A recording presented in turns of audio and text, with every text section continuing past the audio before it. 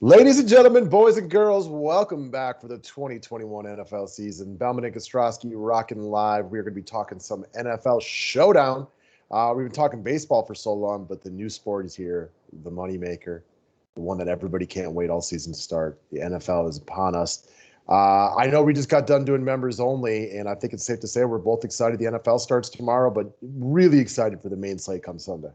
Yeah, really excited for the main slate. The Browns, the Packers obviously play the Saints. The Browns play the Chiefs. But nice little appetizer tomorrow night. Better than the preseason, I'll tell you that.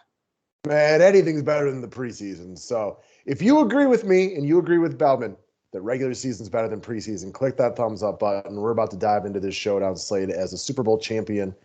Tampa Bay Buccaneers. You haven't said that too many times in your life. What you have said a lot is Super Bowl champion Tom Brady take on the Dallas Cowboys. Yeah, excited to see how this one plays out. Definitely. All right, guys. So just to reiterate, we covered the full season. We have an NFL package up for sale on the website. The link to the website is below. We cover showdowns. We cover main slate. This gets you all the videos, all the write-ups. Everything is included. It is a one-time payment. $125 covers everything. All 17 weeks. That's right. We said it. Well, actually 18 weeks. Take that back. All 18 weeks will be covered. Playoffs included. All the videos, all the write-ups, one-time $125 payment. But if you're interested in baseball, monthly and weekly packages get you both sports. It's for the customers to tell you. We've been doing this for a long time. Let's get back to winning some money on football that the season is here. Subscribe to the station if you're new to it. And we'll start out with the kind of the slam dunk easy play of the day. That's going to be cover boy Tom Brady. Look, he's old as hell, but he's still good as hell. This one's too simple to avoid. Dallas' defense is no good. He's going to be big chalk. He's going to be a very popular captain. This is your Kiss Occam's Razor play of the day. Get him in your lineups. If you're trying to get really, really cute, I think we should assume Tampa Bay scores some points. If you want to go running back heavy and avoid Tom, that's a really crazy play for the millionaire maker. But for any cash game in probably most tournaments, you should just roster Tom Brady and move the hell along. Yeah, on paper, you just plug him in. I mean, listen, you can make cases to get weird almost every spot. It's a showdown slate first game of the year. But we could have a whole video on just, every guy on the slate. On paper, you just plug in Brady and move along with your life. And if you want to get different, do it with one of your other spots. Yep, that is your Occam's Razor play of the day. Occam's Razor number 2 would be the other quarterback from the slate. That's going to be a guy, Dak Prescott. So we had a long conversation on how good is Tampa Bay's defense? Are they the best defense in football, or did they just go on a hot run for 3 weeks in the playoffs? I don't know. We'll see this year, right? We have absolutely no idea. Anybody who tells you they know, they're only prognosticating, they're only guessing. We are not 100% sure on this one. But what we have seen from Dak Prescott in the past is even when the Cowboys get down, oftentimes when the Cowboys get down, which they have a tendency to do, Dak has monster fantasy games as they play scramble from behind, comeback mode. We could definitely see that tomorrow.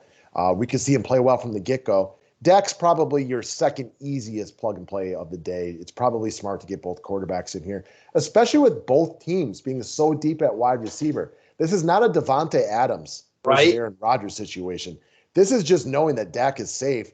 And for all we know with the other wide receivers, 2 could be good, 1 could be bad, 2 could be bad, 1 could be good. Who knows? He also runs a bit, so you add that in your back pocket. I mean, just like Brady, especially with the Cowboys presumably trailing, I don't think you can lock him in fast enough here. That goes for both quarterbacks. Yep. There's a million ways to be different. For me, I don't want to be different away from the 2 quarterbacks. It is possible that Cooper and Evans outscore Dak and Brady. But I don't love just making lineups based on what could be possible. There's 4 other spots if you want to be different. We went through some crazy scenarios in the members only video talking about different ways you could try to be different to win $1 million. These are the guys that I don't like those other ways enough not to play them. I can be different in my other 4 spots. These are the guys I'm playing. Just be simple with these 2. Amen. All right, next up. So let's talk about Antonio Brown. So we believe pretty strongly that the ownership projections on Antonio Brown are a little bit low and that he's going to be more popular than current projections say, simply based on the fact that this is kind of the Bellman point. Yeah, look at the other guys around him. He's just cheap as hell for who he is. Big name. The only thing against him is that he's the so-called number 3. But everyone knows who Antonio Brown is. He's just way too cheap. the drop off after him is real. Like, are you and this goes for anybody listening, are you convinced that Mike Evans and Chris Godwin are both better than Antonio Brown? I'm not. I saw flashes last year where I thought these three guys were in the same, category. And now with an offseason to get more acclimated, I wouldn't be surprised at all if Antonio Brown had a big year this year and that maybe he's still more talented than those other guys. Maybe not.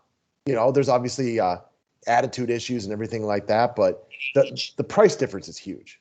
Yeah, I'm with you. Like, talent-wise, he might still be right there with those guys, and I think he's in for a big year. I'm not going to be surprised at all if, a month from now, all three of those guys' prices are, kind of real close together. Evans and Godwin have dropped a little bit, and Brown's come up. He's just a lock here at this price. Basically the same as the quarterbacks. I'm not surprised in a month from now if Antonio Brown's cut for behavioral issues, but you want to know what? That doesn't matter for tomorrow. It doesn't matter for this game at all. So, I mean, he's a weird guy, but this is one game. Who cares? Well, it might if he has behavioral issues and then gets benched. It's possible, but he's mostly been off the field stuff, right? Not during the game. So Sure. It's possible, but we're not worried about that for the showdown like we are for the season long. Like, if you worry about that for his season, okay, I can give some credibility to that. I understand why you might think that way. He's done some weird things, but that doesn't matter to me for Thursday. No, you can't play off that in the showdown slate. That's like playing for someone to get hurt. Yeah, exactly. All right. You only do that with Anthony Davis. Yeah, exactly. Funny. I saw a meme of at a nursing home, they have these things that are I might have tagged you in it, but I might not have, where when you fall, it's almost like what's it called in your car? Where that comes Check out. Engine light? No, like when you get in an accident, airbags. It's almost like when you fall, the airbags come out and it's it stops your fall. And someone posted they should make Anthony Davis's jersey come with this. It's hilarious. Awesome. I like that a lot. All right, man. So let's talk about your GPP guy, Michael Gallup. And I think I was kind of thinking about this as I wrote this together. We feel pretty strongly that Antonio Brown will be very popular based on his price. But we don't feel as strongly that Michael Gallup might be higher owned than projected because CeeDee Lamb is the shiny new toy. Cooper's the guy with the longer track record. So we do feel that Gallup, even though he's less expensive, is probably the third highest owned guy of the receivers for Dallas, which makes him, an interesting pivot because he's also very talented. Yeah, he's very talented. I think you can make a lot of the same points you made for Antonio Brown with Tampa, with Gallup and the Dallas receivers. He's not that far off these other guys. And there are moments where he looks like the best of the bunch and at lower ownership at a really cheap price point. Mentioned that the drop down after AB was real. Well, Gallup fits that mold. After these two guys, it's slim pickings. And it's not crazy to think Gallup is the leading Dallas receiver. That's not the most likely outcome, but it's certainly not that crazy to think. And coming in as the lowest owned of the three, I'm highly interested in tournaments. Yeah, and I also think he is the lowest owned of the three, whereas I think Antonio Brown might be higher owned than the bigger names. I do think Gallup is the lowest owned of the three wide receivers.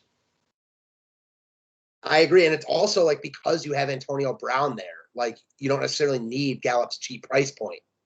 I agree. So it's an interesting pivot off a more chalky CeeDee Lamb at a lower price. There's also the scenario, as we kind of mentioned with Dak's big upside, you could play two of these guys together. The idea of a Dak and double wide receiver stack is not crazy at all, assuming that Tampa Bay comes out and just takes care of business early, which they might not. We don't really know. It's the first game of the year, but that's not a crazy scenario. For sure. All right. So last up, we did kind of our dart throw guy at the end.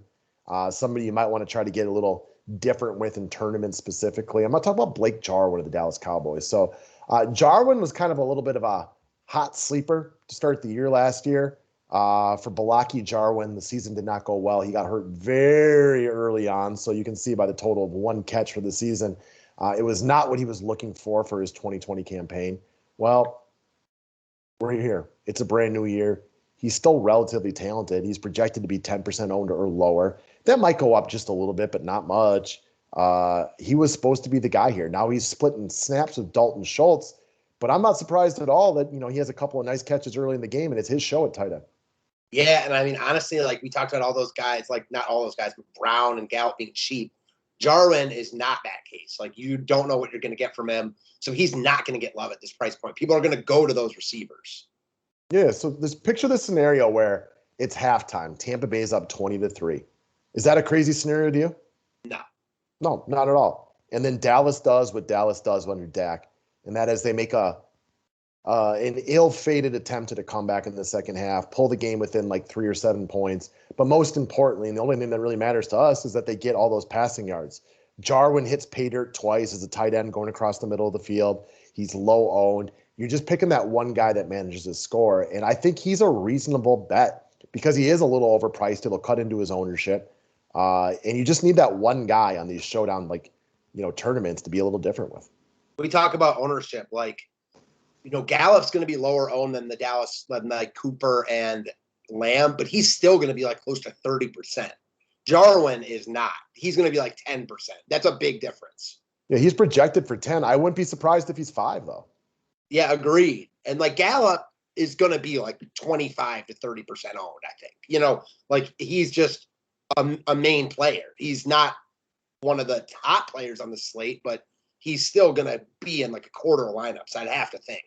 Look, man, you want me to bet on it for more points? I'm going to bet Antonio Brown every single time, but that's where ownership percentages make a difference.